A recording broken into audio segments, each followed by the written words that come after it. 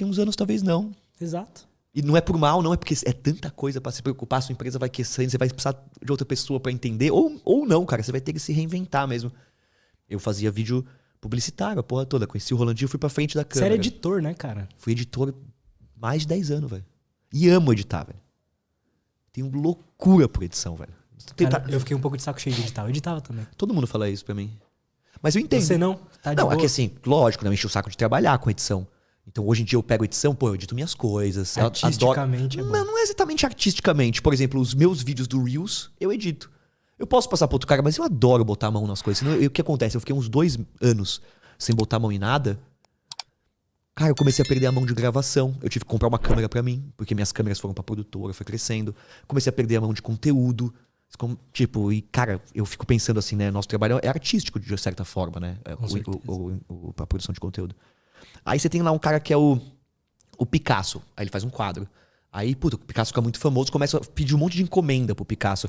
No máximo, eu imagino que o Picasso vai... Assim, tô falando qualquer merda, nem manjo de arte, tá? Mas no máximo, eu acho que ele vai pedir pra na época, os trainees, né? Que ele era de mestre pra fazer a pincelada. Ele vai, ó, mar é assim. Aí o cara faz mar pra ele, mas ele vai dar a assinatura final, ele finaliza o quadro.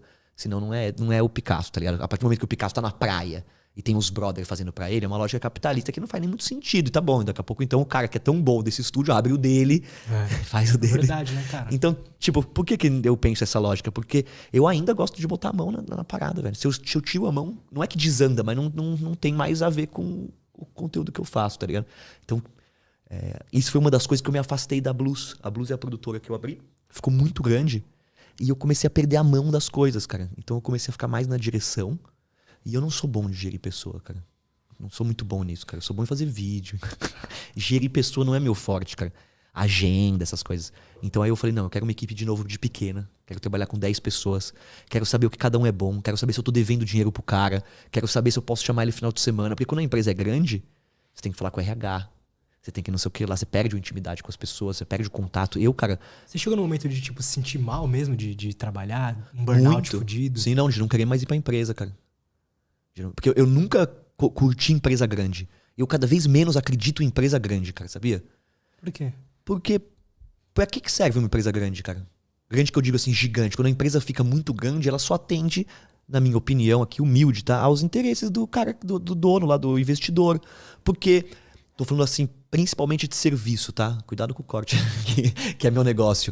Talvez produto, não sei. Assim, você pensa, se o McDonald's fosse uma boutique e fizesse os sanduíches com mais cuidado... preocupado com... Talvez seriam melhores, não sei. Eu tô aqui um exemplo. Pô, se esse sanduíche com esse cuidado fosse entregue no mundo inteiro, seria perfeito.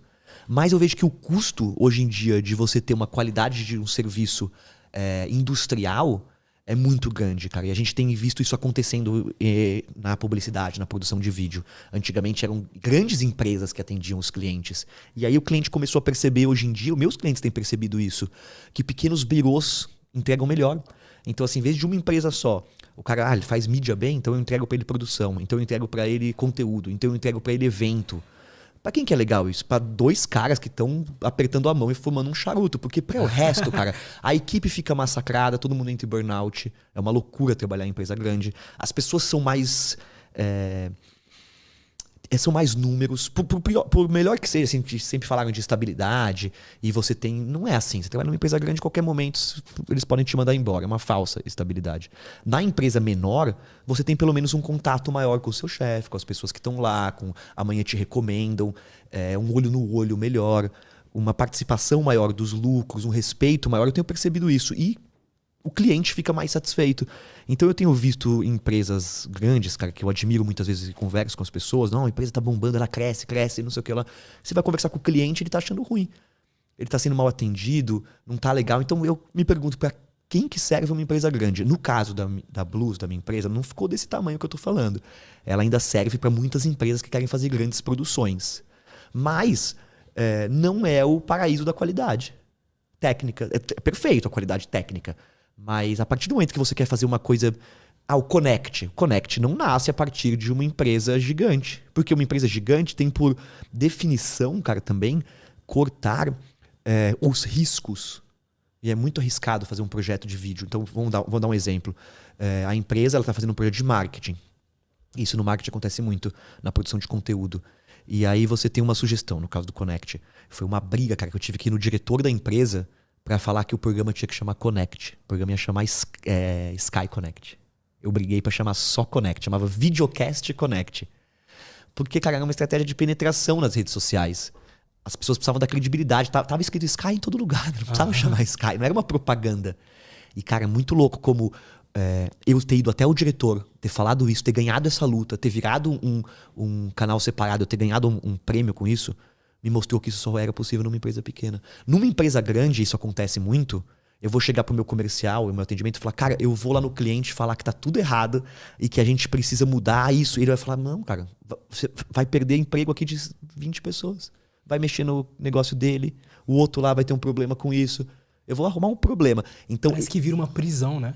As coisas ficam meio que tudo pendurada. Fica, para industrializar o processo precisa ser assim.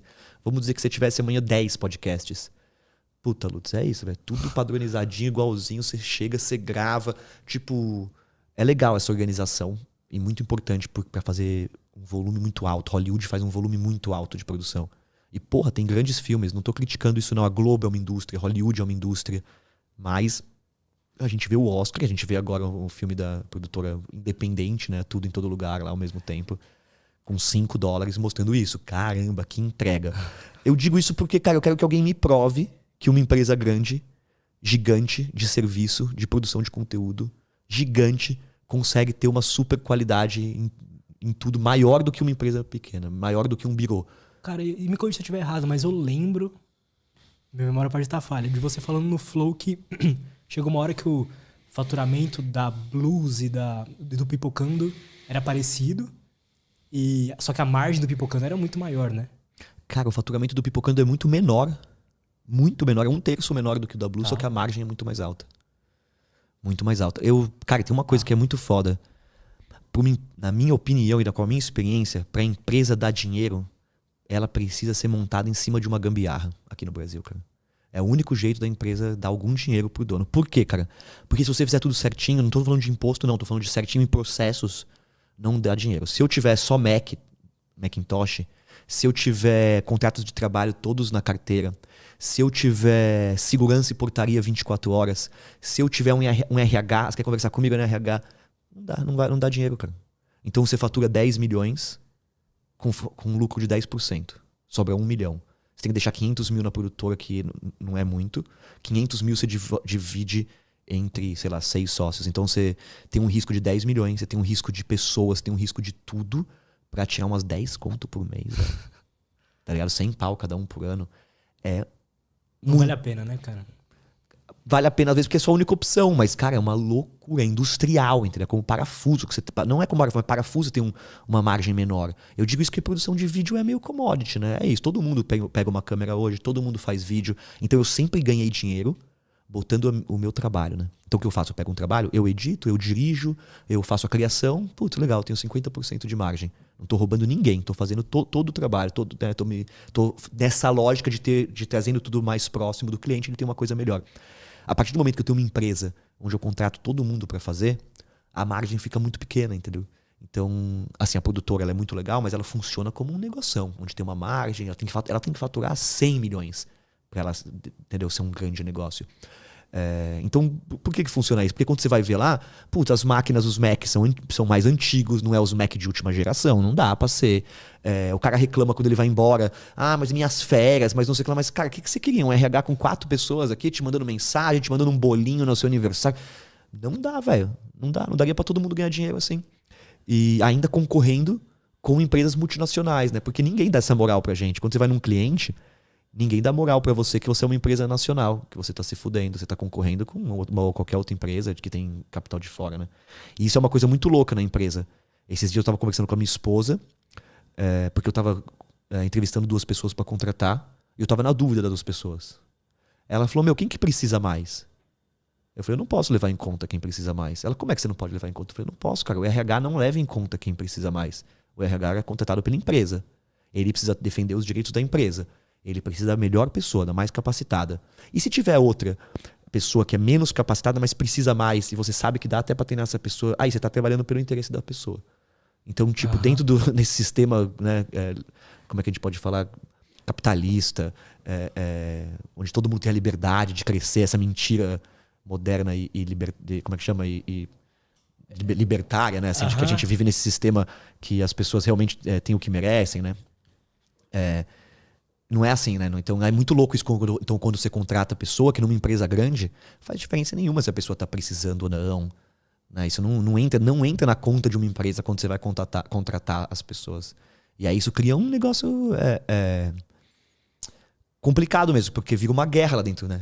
Então a empresa serve para a empresa.